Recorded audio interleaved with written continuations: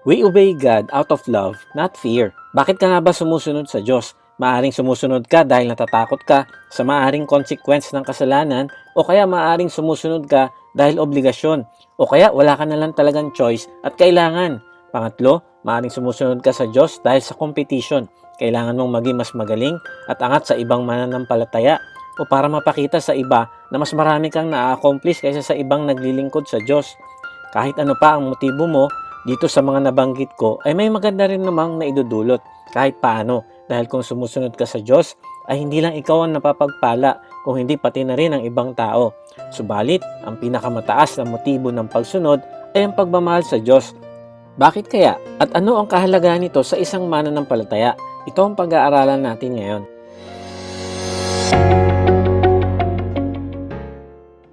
Sabi ng Panginoong Hesus ay kung iniibig ninyo ako, tutuparin ninyo ang aking mga itinuturo. Hindi mo pwedeng sabihin iniibig mo ang Diyos, pero ang pamumuhay mo ay nasa kadiliman pa din. Totoo, God is love, pero God is also light. Siya ay liwanag din, sabi sa 1 John 1:6-7. Kung sinasabi nating tayo ay may pakikisama sa Kanya at nagsisilakad tayo sa kadiliman, ay nangagbubulaan tayo at hindi tayo nagsisigawa ng katotohanan.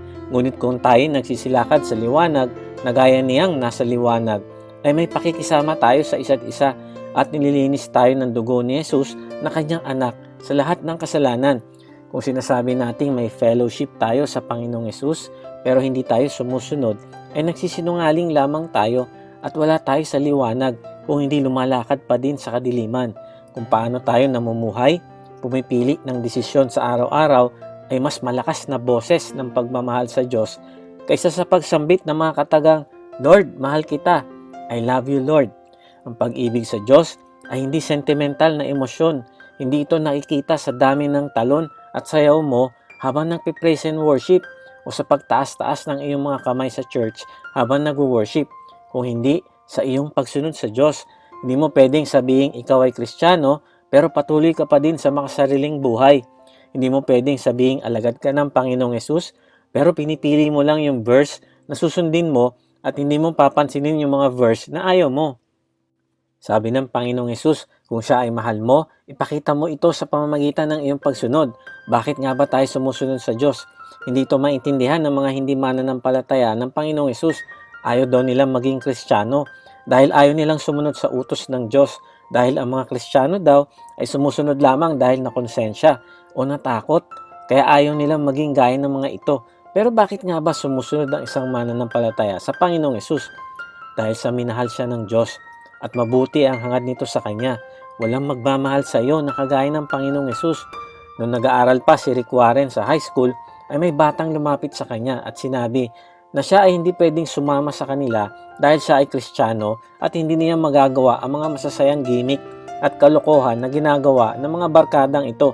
Subalit sabi niya sa tao na ito na kaya ko magpakalunod sa droga, magpakahay sa marijuana, uminom hanggang kaya ko. Kaya kong pumunta sa mga party, pwede akong kumuha ng mga babae kahit kailan. Pero ito yung kaibahan. Simula nung naranasan ko ang pagmamahal ng Panginoong Hesus, ay binago na niya ang mga gusto ko sa buhay. Yung mga gusto ko dati ay ayaw ko na ngayon. Ito ay walang kwentang gawain at nagbibigay ng kaligayahan na hindi naman nagtatagal. Nagre-resulta lamang ito ng pagkabigo, inggit, depresyon at kawalan ng gana sa buhay at sa Diyos. Simula nung nakipag-isa ako sa Panginoong Hesus, ay mas pinipili ko na ngayon na iwasan ang mga bagay na hindi nakakalugod sa Kanya dahil mahal niya ako at mahal ko din siya.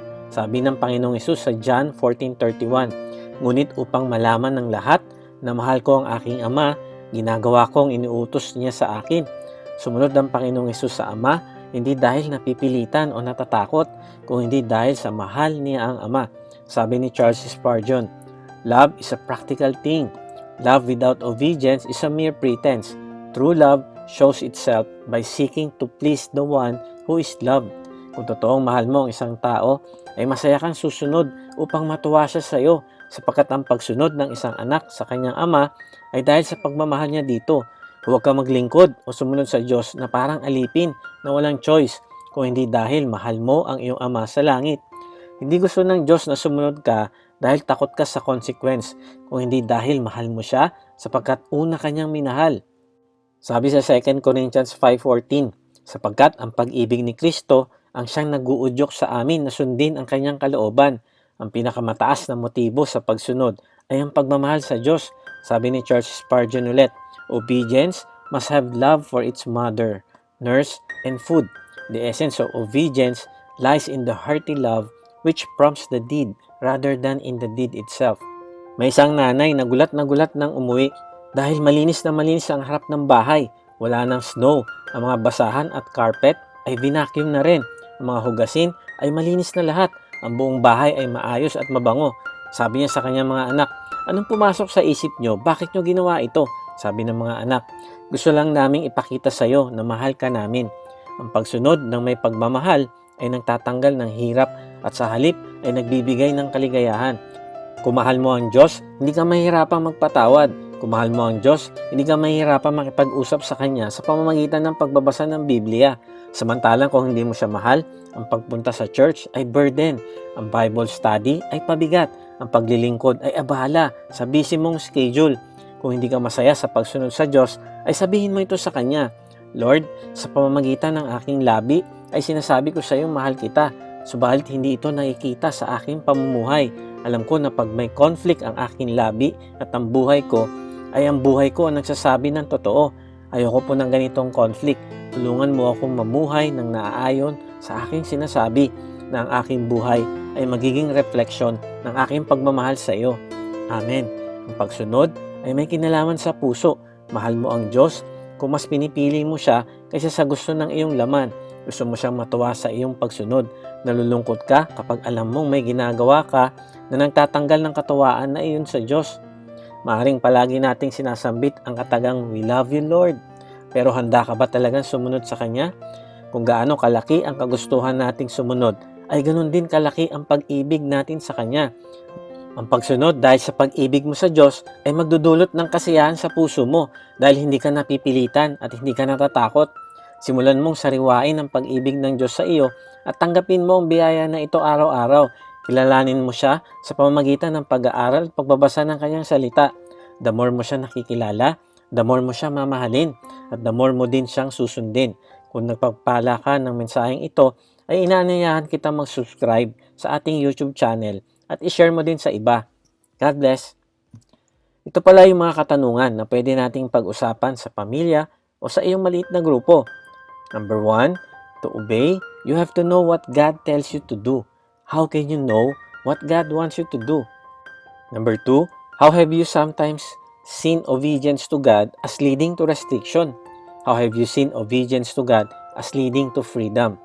Number 3, how can parents teach their children to obey out of love and not fear?